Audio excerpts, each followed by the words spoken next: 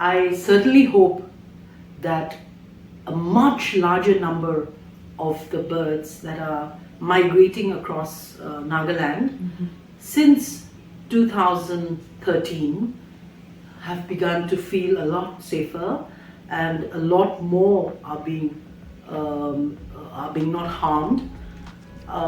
It's impossible for anyone to really say that not a single bird is being killed.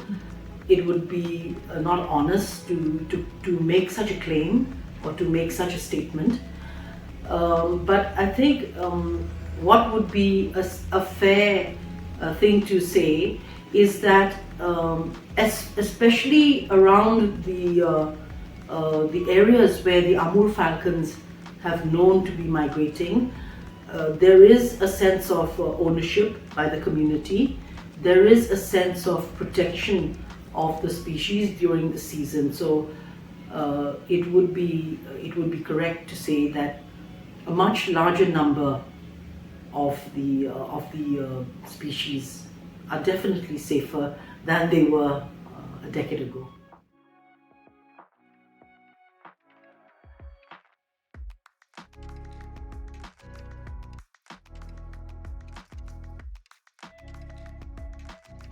Yes, I would want to agree with that statement, but we do need to do a lot more. But this is a beginning, and conserving a species of like the Amur falcon, of which we know so little about even now.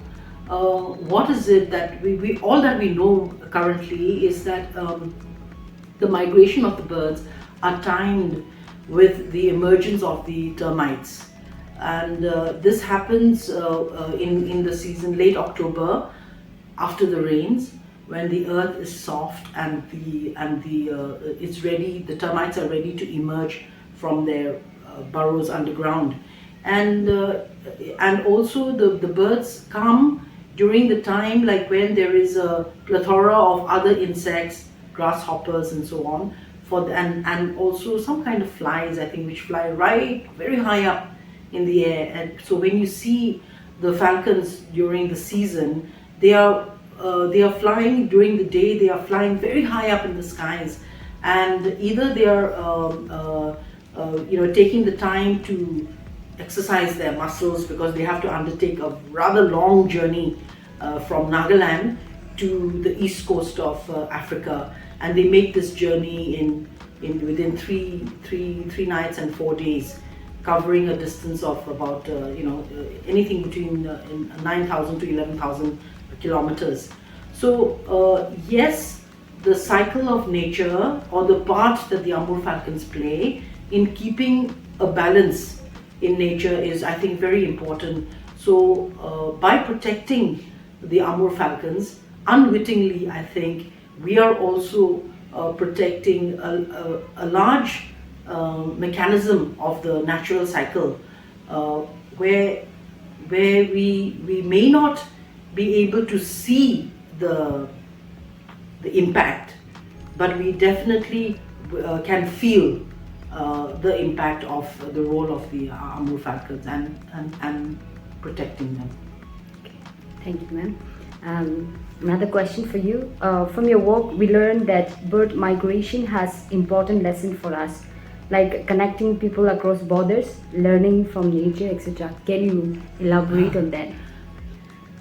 Yeah, so these birds, these Amur falcons, as we've come to know more and more about these very rather special raptors, is that perhaps, I think they are perhaps one of the species, amongst the only species perhaps, which connects landscapes, many different kinds of landscapes. So they come from the from the Siberian cold, from northern China, Mongolia, and that's like a really cold, snowy areas. And then they cross the mountains, they come to the Himalayan region, and then they go to the plains of South Africa, and they also cross oceans. They also connect continents, and they also migrate from the northern hemisphere to the southern hemisphere. So in effect, these species are really unique in the sense that they cover all kinds of landscapes, and in that there is a sense of connection from one landscape to another, from one area to another where they go. I sincerely feel that if all the communities through which these birds migrate were to meet one another and say, you know, we have this same bird in my backyard as you have in yours, just imagine what kind of a common bonding and a sense of common well-being can be created. And it is exactly around this sense of connection that I feel that, you know, the migration of the Amur Falcons in 2012 and the after fallout of the mass killing of these birds and the subsequent communication engagement with the community of hunters. One of the things I feel that they emotionally connected with was knowing that these birds which they are killing in their land, in their backyard, are the same birds which farmers like themselves are waiting for in South Africa to come and feed on billions of termites and insects, so that they can, after the birds leave, they can begin to use their lands for agricultural activities or for other purposes. But that also that their lands are able to provide the kind of sustenance that these birds require. And so there was, I believe, there was a sense of connection between the farmers in Wokha, Pangti, Doyang area, and an emotional connection through the birds, because the birds from the northern hemisphere, I mean, like in Pangti, they travel to South Africa in the southern hemisphere.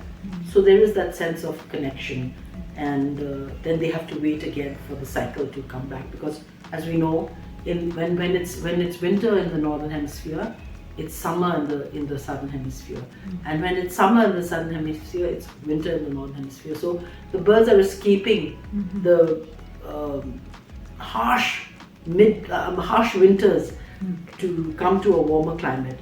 And when it starts getting cold over here, you know, in Nagaland and, you know, in the late October, November, when it starts to get a little cold, they seek for that little bit warmer climate, and so they travel to South Africa. When it begins to get into winter in South Africa, they journey back to northern Mongolia, China, where it begins to get into spring or summer in that area. So that cycle continues, and I believe that in that sense, the migration of the birds does connect us. Okay. On. Yeah. Thank you so much, man, for all the insight experience you had that you shared. I believe through this we can reach to many young people that they can grow interest in protecting the environment through your sharing. Yes. Thank you so much, ma'am.